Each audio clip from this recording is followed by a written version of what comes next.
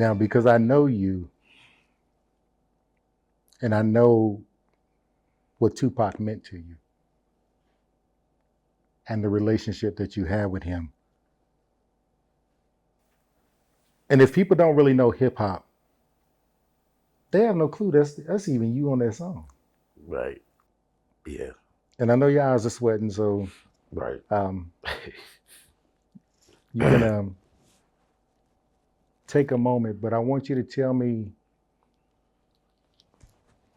like I said, Song Association. Talk to me. uh, Man, that was my boy. Um, that song, man, brings back so many memories. Like the day that he asked me to do it, people don't realize that Pac and I lived together. So y'all was roommates. Yeah, we was roommates, and that was a Chop Master J thing. Okay.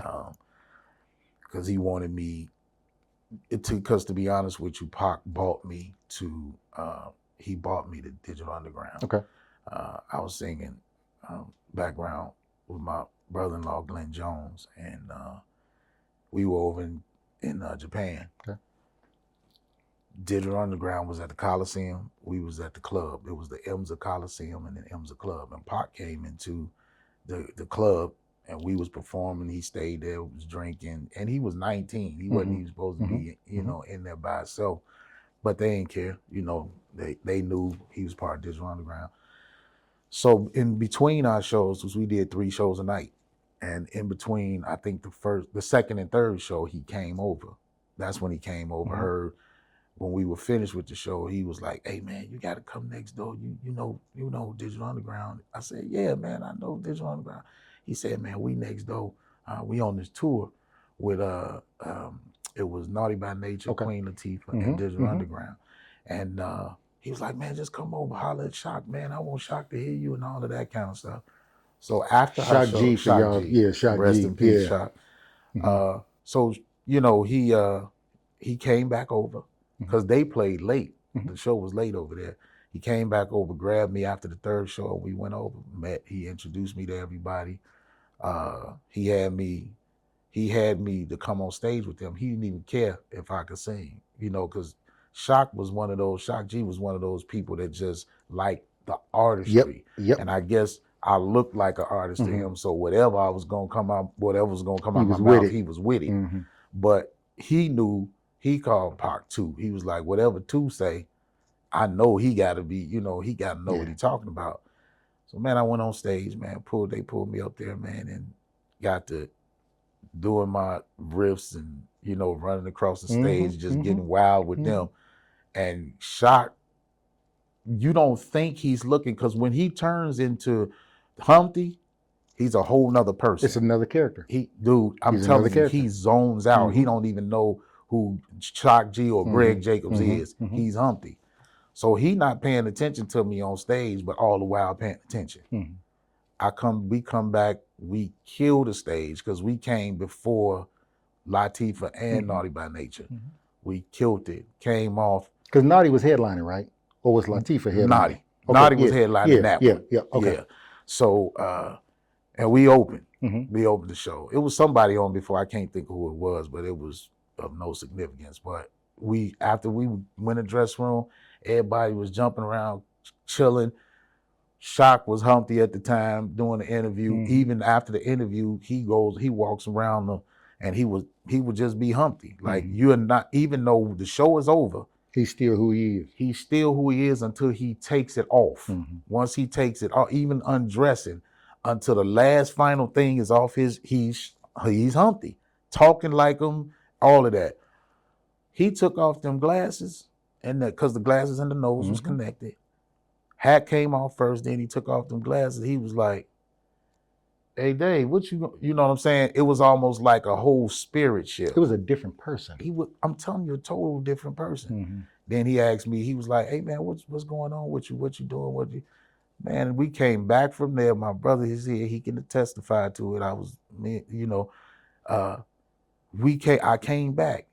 Not even 3 days later, they had me on a plane moving to Oakland. And went into an apartment with Pop. That's where everything started with me and him. And one morning we got up and he was telling me, he said, I'm about to go to the studio, meet H, and I want you to come to the studio tonight. Mm-hmm. I was like, man, for what? He was like, just come, man, just come on, D, come to the studio. I said, okay. By the time, this was hours later, because he left like 11 in the morning, Mm-hmm. but I got to the studio a little after midnight. Mm-hmm. And he was waiting, you know, he had everybody in there doing their thing, and he stopped what he was doing. He told Big D, put that track on. He put it on. He was like, I want you to rock. You know, he had his blunt. Mm-hmm. Man, I need you to rock over this one, D. This, I need you to, he was like, I said, what you want me to do? Because it was just that empty track. Mm-hmm. But again, I heard and I saw. The picture was being painted. Right then and there. Mm-hmm. It was being painted. Because if you hear, you just, Mm-hmm. the Mm-hmm. intro makes you emotional. It grabs you immediately. Right away. Mm-hmm. And that's what it did. And he said, man, just do what you feel. You know, like we always singing now, do what you like. I said, okay. So I went in, they turned it on from top to bottom. No nothing, no lyrics, no nothing. I just sang what came to my mind. And that's what happened. He loved it. So you improv that whole thing. The whole thing. We didn't write. Are you serious? Did not write nothing down, had no structure. From the first take, did the first track down, and after that, that's when I started putting the harmonies together. Wow. And he was flabbergasted. He was like, that's what I'm talking about. That's what I'm talking about, blood. That's what. So tell me, what was it? So your meeting him was pre-juice or post-juice? Pre. He hadn't done. He hadn't done juice yet. So did you see a difference in him after he come back from juice? Because a lot of people say he changed. He did. They say he took on Bishop after. He did. Pac was nothing like Bishop. He was nothing like Bishop, and he was nothing like who he had become. So what shifted? Do you think that role got him that much? Because I hear a lot of people get into character and they never come out. Truth. It grabbed him, but it grabbed him because he saw that it made him money. Okay. It didn't, because I'm gonna be honest with you, Pac knew who to be that around those certain people. Like with me, he always was the same to me. He knew when to walk the dog. The wordsmith, y'all. He knew when to walk the dog. He knew when to turn it on and turn it off. And for America, he was gonna be that person. So he had to stay that way until he was behind closed doors. Until he was behind closed doors, he was that person. So let me ask you a question then. Was Bishop who Pac really was? No. Why not? It just wasn't his character. Now Bishop was his daddy. Ooh. That's who Bishop was. He made Bishop his daddy. Or he used his daddy to make Bishop, should I say. Because half of them what's his name? Omar? No, not Omar, the Ernie. Which one? The writer and the Eric. Yeah. He those wasn't even that stuff wasn't even in the script, half of it.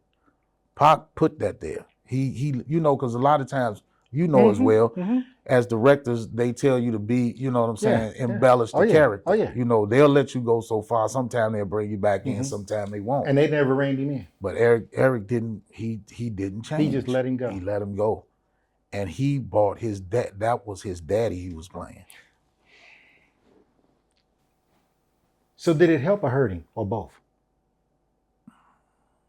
I think it helped, but for the most part it hurt, because Pac didn't know when to turn. He didn't know in the public. Well, I shouldn't say he didn't know, because he knew how to turn it on and off, but he wouldn't turn it off in the public when he should have. You know what I'm saying? So it would always make him look like a butthole. I got you. You know what I'm saying? And that wasn't who he was. Not at all. He was not that person, man. There's been speculation and conversation and communication that he was somewhat effeminate acting in a lot of ways. Or was he just an artist? He was just an artist, man.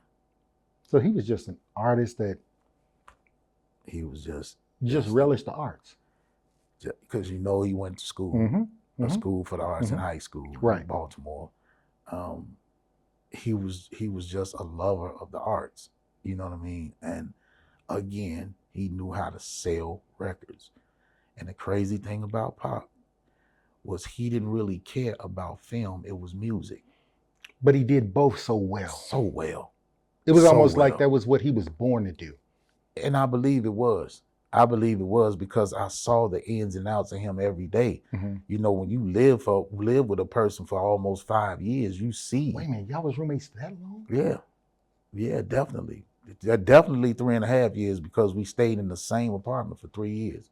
And then we moved when the fires came in Oakland. We had to leave. We had to get out in a hurry, but we ended up dating 2 girls that lived together. And we didn't even know it. So we was there all the time. And I'm not going to say the names because you know who they are. To protect the innocent. Exactly. Or the guilty. Right. The world know who both of them are. So dealing with Pac, had he not become Bishop as his public persona, would he have still had the same impact on the world? I believe he would have. But just in a different way? Just in a different way. Because Pac was just that type of dude. He was just that charismatic. He didn't have to be Bishop to have charisma and to because he just had it. He just had it, man. He just had it. He had it, period. What does Dave miss about Pac? Our conversations. Just talking. Was he at 3 a.m.? Yes. That you could call? Yes, he was. And he'd like, listen, where we burying the body? Man, he definitely, I'm telling you, there's only 2 of y'all. You put the names on it. You know what I mean? Of course, you don't have to say that with, well, maybe you do have with certain family, but you know, I got, again, my brother. It wasn't a lot of people I can do that with. Wow. And he would stay up, but here's Pop.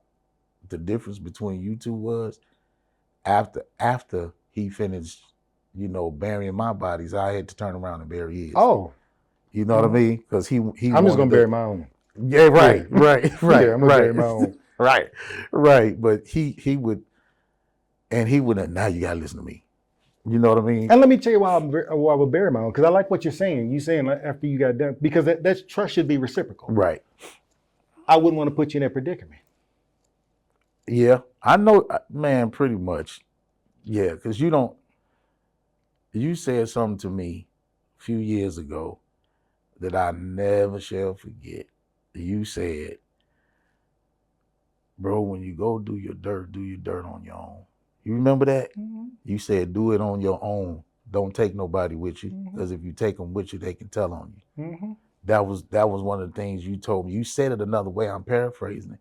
You said it in another way that was so profound, because you didn't take that many words to say it. You said, and that's how you do. You was right here with it, but it meant this. And I do that because your time is valuable, and I value you as a person and everything that you do. So I would never want to put you in a predicament, because at the end of the day, there's certain things that I'm trained to get away with. Wow. See, there you go. I mean, as simple as I can put it. Y'all think what you want to think. Right. And I wouldn't want you in that predicament. And you didn't, but I want to clear something up before you finish. He didn't mean Dirk doing wrong. Exactly. You know what I mean? Because again, you said it another way, but that's basically what it meant was don't take nobody with you all the time, because they can turn around and tell on you. But it was so profound the way you said it. Like, you don't want no witnesses. And witnesses meaning you don't want nobody that's going to always, you know, have something over your head, kind of, sort of. Because people use it as a weapon sometimes.